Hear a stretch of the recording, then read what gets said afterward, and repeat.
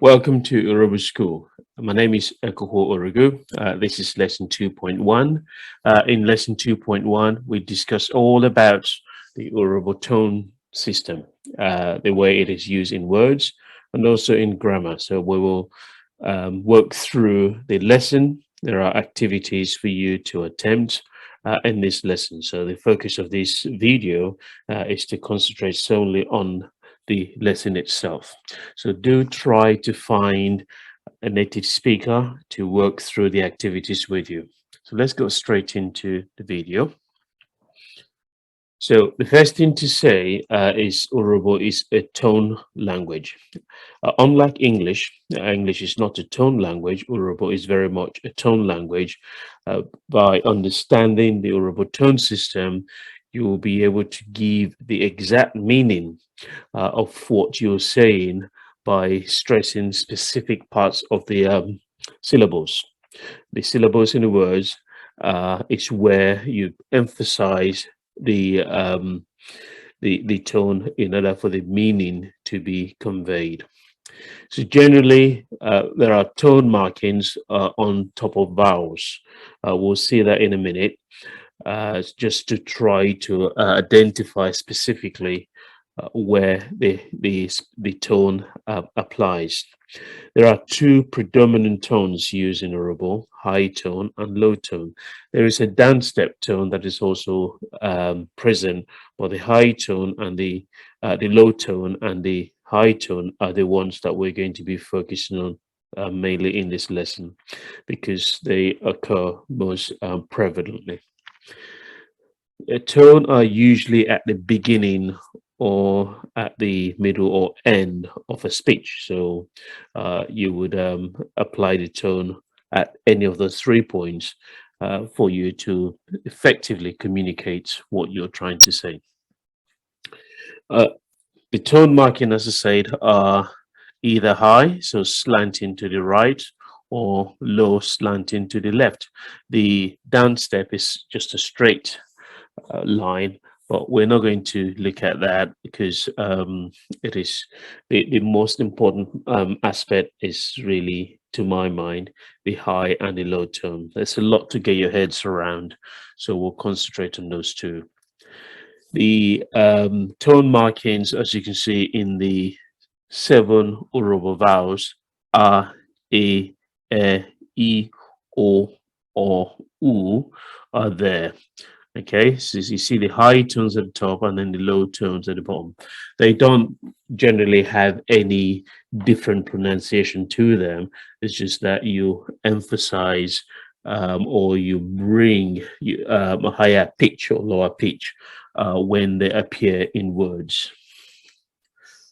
So here are some examples for us to practice. It's absolutely very important to familiarize yourself with the Urhobo tone system because tone does have a significant amount of influence in the Urhobo grammar. So it's quite important that the information you're trying to communicate with the right tone will be understood.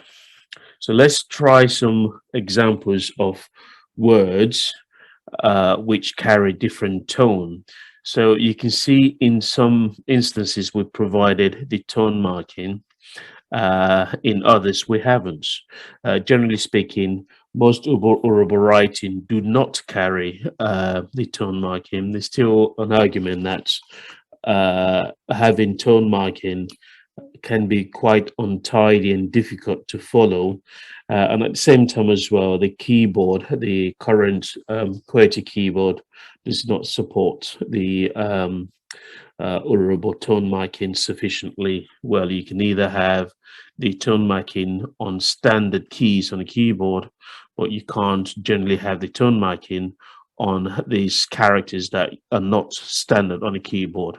So it just makes it quite difficult to achieve. And as I said, there is still an argument. There's still a group of people who believe that we should try to write with that tone marking and just maybe through practice acquire the right tone for you to use. I have to be quite clear with you Urhobo is probably going to be easier for you to learn through practice, through listening to native speakers, and through practice. That is when we believe that you will really acquire the language skill. It's only so much that you can read on paper to fully comprehend or acquire this the language skill that you need. So immerse yourself in situations where Urhobo is spoken, practice on your own, um, uh, try to work with native speakers and listen to how they use tone and ask questions.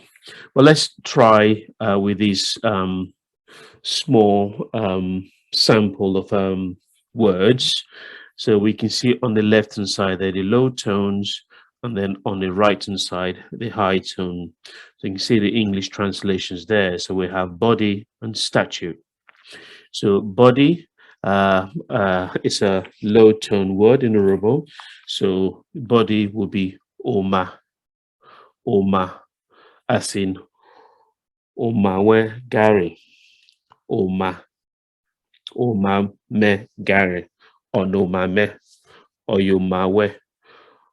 Okay, put your oma already ourselves.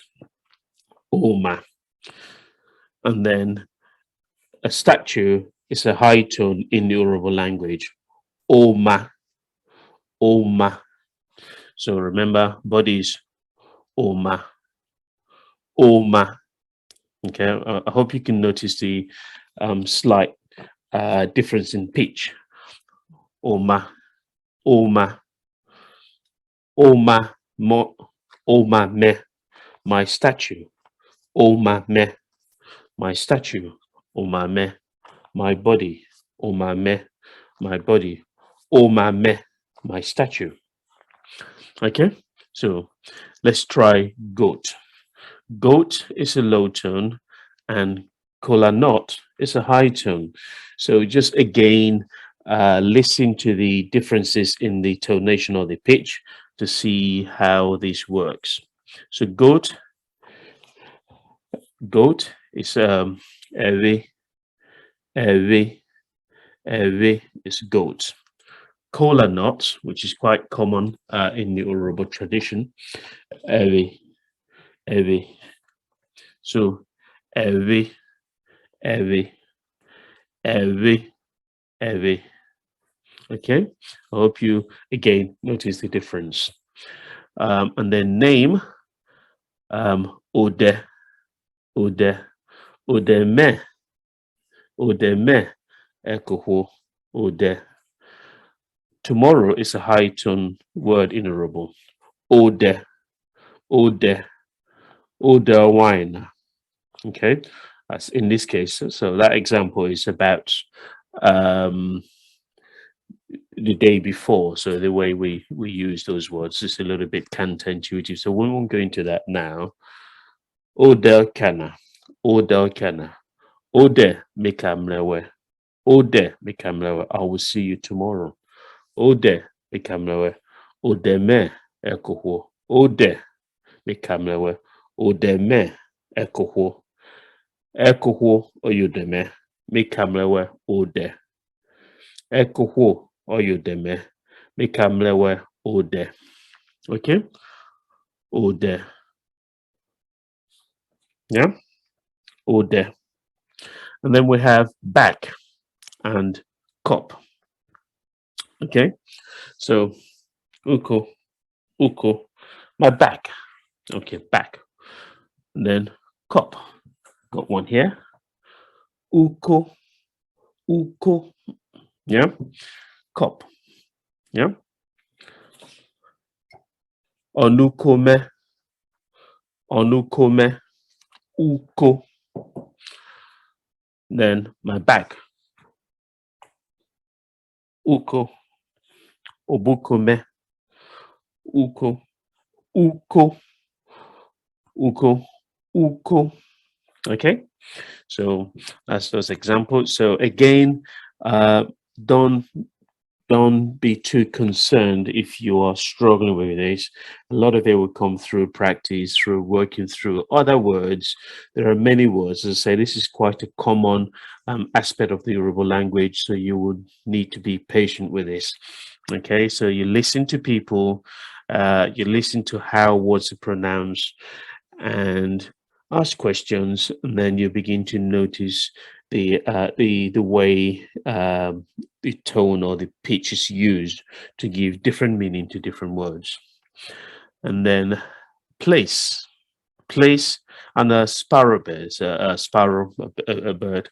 So a place is asa, asa, asa. The place I'm sat now, asa mikidiana, asa, asa, where I am sat, asa mikidia, where I am sat. Or you can have asa, which is the sparrow. Asa, asa. Okay, asa, asa, asa wadam lasana. Where did you see the? Which place did you see the sparrow? Asavo wadam lasana. Asavo wadam lasana. Okay, I don't know if you noticed the difference there. So there's a subtle difference. Again, it's important that you pick up on those differences so that you are fully understood. And then let's move on to year and bed. So again, you can see some inconsistency with the tone markings. A lot of it is just trying to remind us very often, maybe throughout the workbook, we haven't used tone markings. A lot of writings, Urhobo writings, don't use tone marking, not least because of the technical difficulties in being consistent with it. It's just the challenges of trying to not overburden, overcomplicate the writing. So here we have year and bed. Okay. Ukwe, ukwe nana. This year, ukwe nana. Okay. And then bed is ukwe, ukwe, ukwe, ukwe, ukwe. Ukwe na make a dukwe. This year I will buy a bird. This year I will buy a bed. Ukwe na make a dukwe. Ukwe na make a dukwe. Ukwe na make a dukwe. Okay. I hope you notice this sort of difference. Practice will make you perfect in this. And then 5 and curse. 5. That's in number 5. Ovo, Eve, any. Sorry, I can't even count. Ovo, Eve, Era, any, Iori. Iori. Okay, that's number 5. Iori. Number 5. And then to curse is Iori. Iori. Okay. Doing Iori care, I've been Iori. They swore for him, they cursed him 5 times. Doing Iori care, I've been Iori. Doing Iori care, I've been Iori. They cursed him 5 times. Okay. Iori. Iori. Okay. And then we have bottle and in-law. Bottle and in-law. So bottle is ogo, ogo. And then in-law is ogo, ogo, ogo, ogo. Okay. So ogome, you're ogona. Ogome, you're ogona. My in-law is holding the bottle. My in-law is holding the bottle. Ogome, you're ogona. Ogo, ogo, ogo, ogo. So those are the few examples that we have where tone operates in words. where you really need to um, apply the right tone to give the right meaning. So if I say ogome, that is my in-law. Yeah. If I mistakenly say ogome, it will be understood as my bottle, not my in-law. Yeah. Um, if I say bravo, how many times? Okay, and you wanted to reply 5 times, and you said, if I say bravo, how many times? And you say iyori, you're saying curse. You have to say iyori or abinyori. Bravo, abinyori. No, abinyori, that's curse. Okay. If I say blukwe,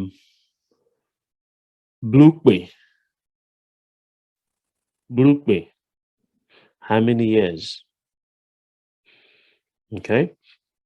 Or I could say blukwe, blukwe, how many bird? How many bird? Yeah, how many bird? Okay. So practice, practice, practice, and hopefully you will become perfect. So let me just run down these words. You can see the English translation to the right hand side. So starting with body, oma, ewe, ode, uko, asa, ukpe, iyuri, ogo. Then statue, oma, ewe, ode, uko, asa, ukpe, iyuri, ogo. Okay, so that's those are words. Let's move on to some sentences. So when you grammatic tones is also very, very important in the Urhobo language, because it is only through using manipulating the tone that you will be fully understood. So here are some examples here. So in most cases, the tone you will have to manipulate. You will need to emphasize the tone when you're trying to make maybe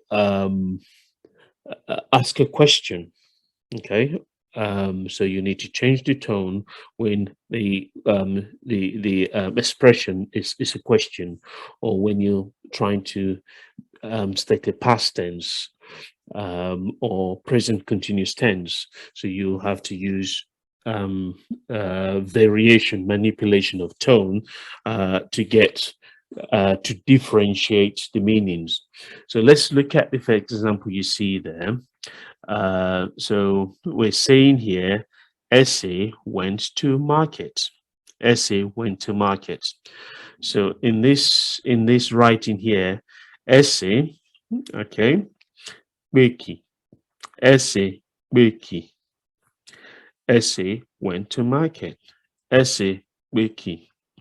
Now, if I wanted to speak passively, I want to say the opposite. I want to say essay did not go to market. You can see the English writing is quite clear. You put did not go to market to state the opposite, or to make a passive statement. In Urhobo,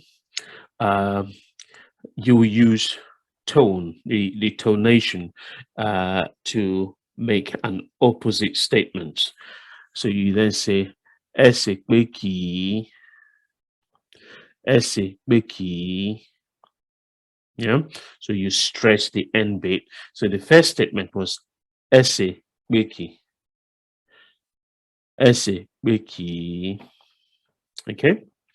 I hope that is relatively easy enough. So in most cases, when you want to make a negative statement, it will be stressing the vowel at the end of the word. So ese beki. Esikbeki. Esikbeki. Okay, let's move on to the second one. It is raining. It is, sorry, beg your pardon. Is it raining? Yeah. So in this statement here, we're asking a question. Is it raining? And then we have an answer. It is not raining. Yeah. Is it raining? Yep. So in Urhobo. So just to go back to Esekbeki. Esekbeki. Eki is market. Beki, yeah, went to. So Ese is the person.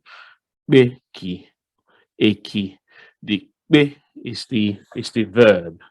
Eki is the noun. Okay. Ese Beki. Now let's move on to this one. Is it raining? So we're asking a question. So here, Osio is rain. Okay. Osio is rain. And then raw is the verb, is the act of raining. So the question here is Osioro. Osioro. Is it raining? Osioro. Okay, you notice how I sort of emphasize the raw. Yeah. Osioro. So the reply here, it is not raining. Osioro. Remember, I said when you want to speak in a negative, I said Esek Beki. Esekbeki, this is in the negative, it's passive. Um, and then in this situation here where we're saying it isn't raining, um, it is not raining, it becomes Osioro. Can you guess what it would be if the response was it is raining? I suppose so, it is not raining. Remember, it is in this, as you can see on your screen, is Osioro. What if it were raining? You would say Osioro. Osioro. But in this example, Osioro, it is not raining. Okay, so let's go to the next one. Ejiro, Ejiro has fallen. So the question, this is another question. Did Ejiro fall? So we're asking if Ejiro fell. So did Ejiro fall? And we want to give a positive answer. Ejiro fell. So remember, Osioro. So what would this be? Ejiro sharing. Ejiro sharing. Yeah. So this is positive response now. Ejiro sharing. Ejiro sharing. So Ejiro fell. What would it be if Ejiro didn't fall? Ejiro sharing. Okay, I hope you get it now. I hope you can, if you've done the, if you've watched the video on double consonant, you would have noticed a few double consonants in some of these examples we have looked over. So KP, Beki, Osioro, RH is another double consonant, Ro, and then SH is another one, Shiri. Okay, good. So let's look at this other example here at the bottom. My mother cooked food, obviously. My mother cooked. Okay, my mother cooked food. And then we want to flip it. We want to turn it around and say, my mother didn't cook food. So again, another passive statement. So my mother cooked food. My mother didn't cook food. Okay. So, Oni me kiremu. My mother cooked food. It's a positive statement. Oni me kiremu. Oni is mother, me, mine, kere, cook, emu, food. Oni me kiremu. Oni me kiremu. Yeah. In English, you would just say my mother cooked. Well, you don't need to, which is why the word food is in bracket there. But in Urhobo, you have to, the word emu has to be in that sentence for it to be a complete sentence. Oni me kiremu. Oni me kiremu. My mother cooked food. So what do we say, or how do we say the flip side of that when it's in the negative? When my mother didn't cook food, or my mother didn't cook. Onime, onime kelemu. Nice and easy. Onime kelemu. Onime kelemu. Okay, good. So let's move on to the next set of examples here. So we want to ask a question, or kya, yeah, or kya, which is no, start again.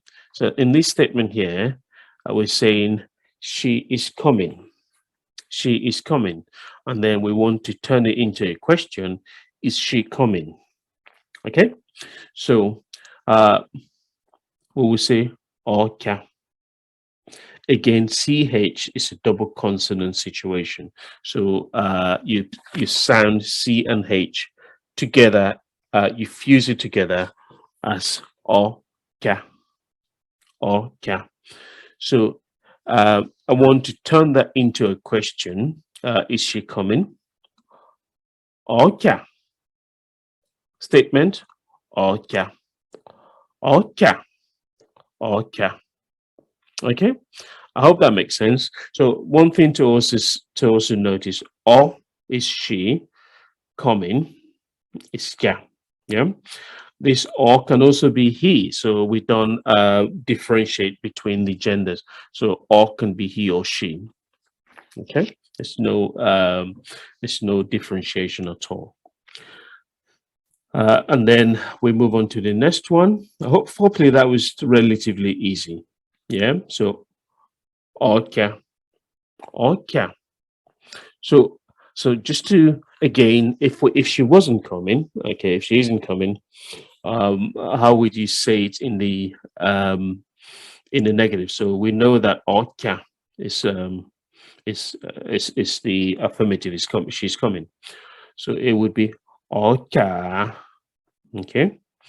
There are other expressions that you can use to actually be quite specific about what you're trying to say. Okay, just trying to say she will not come. But in this example, where you're using the same phrases, how the Urhobo tone system works to convey the exact meaning you intend. So here we start with a question. Did Ovie eat some food? Did Ovie eat some food? Which is a question. And the answer is Ovie ate some food. Okay. So Urhobo, Ovie liemu. Ovie liemu. Liemu. Emu, remember emu. Onimeke liemu. Emu, yeah, is food. So lia, lia, that is the verb, the act of eating. You're probably asking, how comes is emu there, emu, and here is just yeah, there's a lesson that you will see on vowel harmony, in terms of um, how we harmonize, where you have a vowel ending a verb and then the next word and now possibly a vowel also starting it. So you need to harmonize to maintain that harmony, you to maintain a kind of a rhythm to how you say it. Ovieliemu, because you almost say it in a single breath. Okay, ovieliemu. You don't say ovielie emu. Yeah, so you just say ovieliemu. Okay, ovieliemu. In the question form is ovieliemu, ovieliemu, ovieliemu. So if Ovie didn't eat food, you would say ovieliemu. But in this example, ovieliemu. Okay, brilliant. So let's move on to the next one. Again, it's a question. Will you drink water? Will you drink water? Then the response is you will drink water. Okay, will you drink water?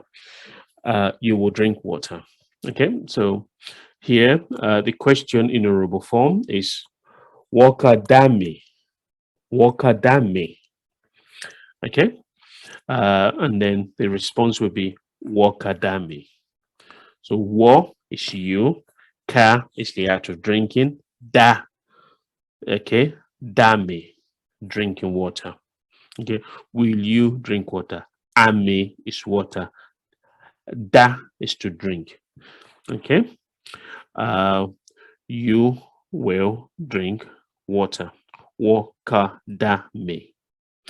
Wakadami is the question. Then the response is wakadami.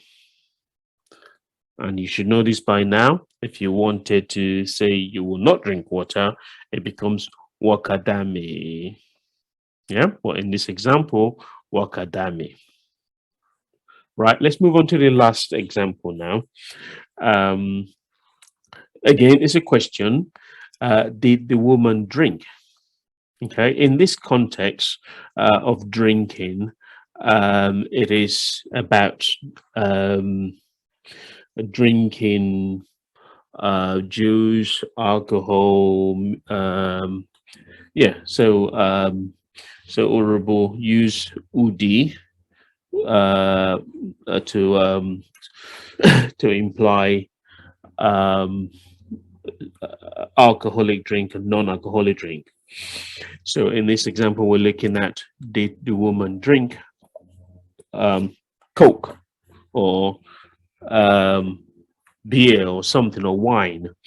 I so did the woman drink? Ayena dudi. Yeah, aye woman. The do as the act of drinking. Udi that's the drink. Alcohol, the wine, the super malt or Coca-Cola, whatever she might have been drinking. Did the woman drink? Ayena dudi. Ayena dudi. Okay, so we want to respond in the positive, in the affirmative. Ayena dudi. The woman drank. Ayena dudi. Yeah, the woman drank wine, Coke, whatever. Yeah, Ayena dudi. Ayena dudi. Ayena dudi. Again, if the woman didn't drink, it becomes Ayena dudi. Okay, I hope this all makes sense for you because, in as much as we appreciate the complexity of just picking up on the words, now you have to learn the tonation or the low high pitch of each word. That just comes as part and parcel of learning the language. The best way to do it is through listening, practicing, and just being in and around native speakers and just paying attention to the tonation. Urhobo is spoken at a very high speed, so you just need to really pay close attention. Okay, so I did say there are some examples here for you to practice some activities. So get someone who speaks the language to work you through these activities. They're relatively easy to do. So good luck with that, and thank you for listening. Goodbye.